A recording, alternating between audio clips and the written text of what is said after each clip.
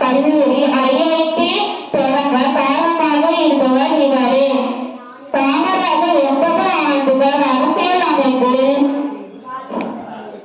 கட்டிய அணைகள் 17.